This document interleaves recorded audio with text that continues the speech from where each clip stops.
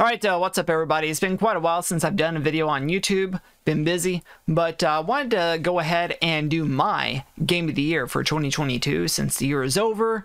I played through all the games I can last year, so let's go ahead and break down.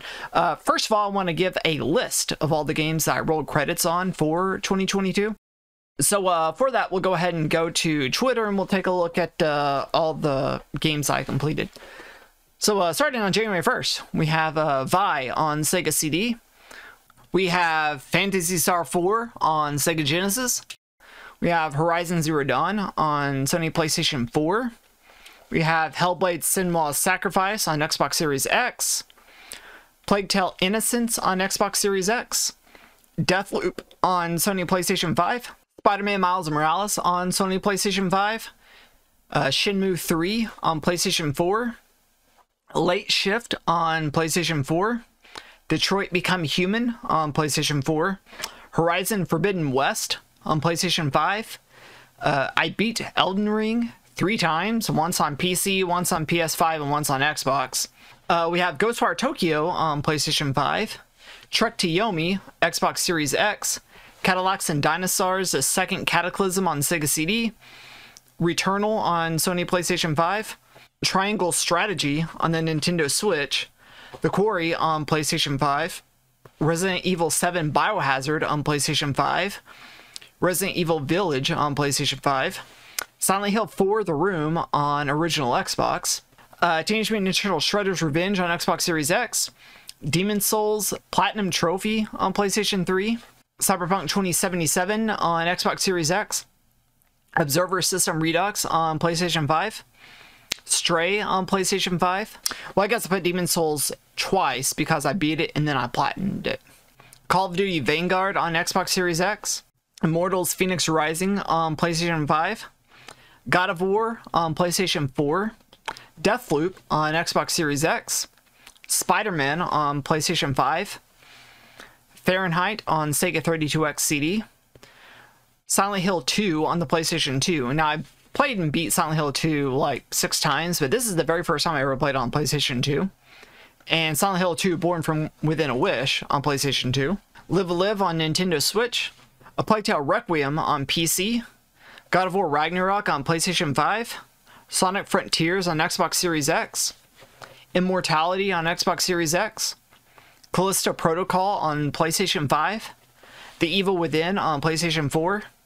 Dresine on PlayStation 4 VR, American Hero on PlayStation 4, and finally, Persona 5 Royal on Xbox Series X.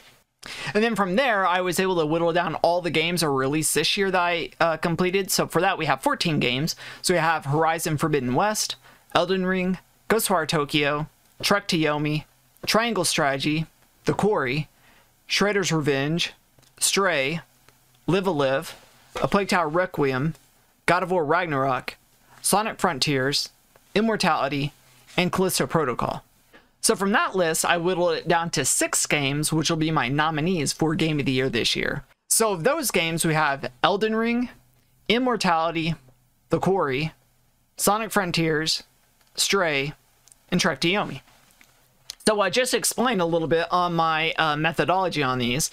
And this is in alphabetical order. Elden Ring, the reason it's a nominee is because of how From Software approached the open world, the scope, and basically, in my opinion, they kind of went and elevated open world games to a completely new level that nobody else had really done before. Immortality gets a nomination because of the way they approach storytelling. Now, it's an FMV game, so that is an acquired taste for some people. But the way that they approached the story and how they told the story was unlike anything I've ever interacted with before in the interactive games medium.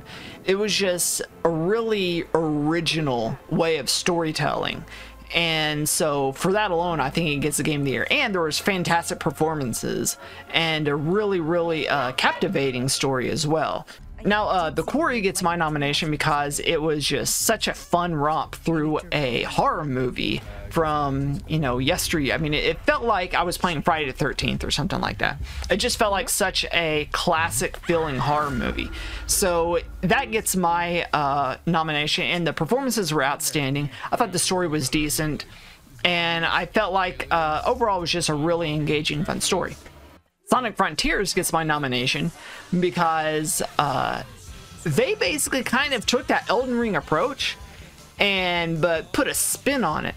So Sonic Frontiers is so cool because you could just go throughout the world wherever you wanted to go to, and you know, you could interact with bosses. You might come into a boss and then start a boss fight or something like that. It was just so interesting in the way that they set it up, because generally with platformers, you know, you have an area, then you have a boss, then you move on to the next area, and then there's a boss. But they kind of, as I said, they gave it that Elden Ring approach to where there's bosses scattered throughout the world, and if you want to engage with them, you can, but if you don't, then you don't. But you have to beat them to get you know, the coins and the keys and this and that. But it just depends on how you want to approach it and that kind of thing. Next up, I wanted to have a nomination for Stray. I felt like Stray had an absolute fantastic soundtrack. That soundtrack was phenomenal.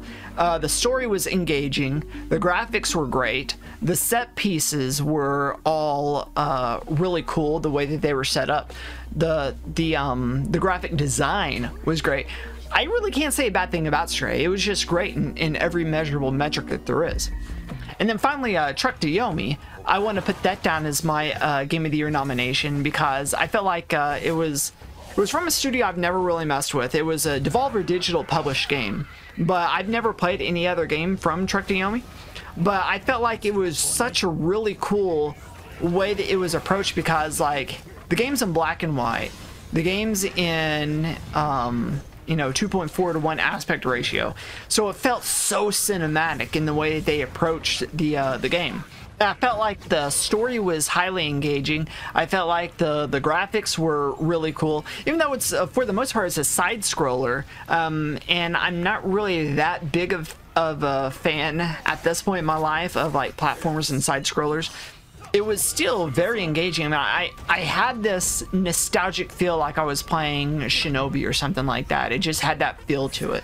The soundtrack was amazing. The voice acting was great. All in all, it was just a really, really great experience from front to back. Even though it was kind of a short game, I think it was about 6 hours in total. But it was still a really great experience, and I would highly recommend anybody who has access to the game on the platforms it's on to definitely go out and seek it out. So after tallying up all the nominations and the strengths and weaknesses of all the games, and what I found to be the strongest out of all 6 of these games for the Game of the Year nomination, I have to go ahead and give the Game of the Year for 2022 to my boy, Elden Ring. The reason I gave Elden Ring the Game of the Year is because, number one, From Software just went above and beyond the Call of Duty when it came to this game, and how they delivered. It was amazing. Like, as soon as I started playing it, and you can go back and you can watch my stream, as soon as I started playing it, I was just blown away and enthralled by the magnitude and the scope of the game world in and of itself. And the enemy design was all really cool. The areas in the game were so cool, because I remember the biggest complaint with Halo Infinite was the fact that there was no variety in the areas that you could go to, which is all basically Pacific Northwest. So with Elden Ring, you know, we have snowy peaks, we have lava, we have poison swamps, we have forest, we have riverside, we have castles. I mean, you name it, any sort of area that you could think of in this game, From Software included in this game. It has anything I could think of as far as a set design, set dressing. And then second, we have to give it to the sound design. The soundtrack was absolutely out of this world amazing. I mean, every single time From Software goes to do a game, the soundtrack, you know, was always going to be amazing, because they have amazing composers on the team. So the soundtrack was absolutely phenomenal. The sound effects were great. Everything about the sound design, the way it worked, the way it felt, the way it all worked in unison was just absolutely just knocked out the park. As far as the graphic design goes, there were some people who said the graphics weren't all that good. Well, graphics don't always have to be everything, but the way that the game looked, I mean, as soon as you walked out of the, you know, the Cave of Wonder or whatever it was, you opened that door and you just saw the sprawling vista. You saw the Erd tree in the background. You saw the grass below. You saw the, you know, the golden dude on the horse. I forget his name. You know, you saw everything off in the distance. It just looked so cool. I mean, the design itself was really cool.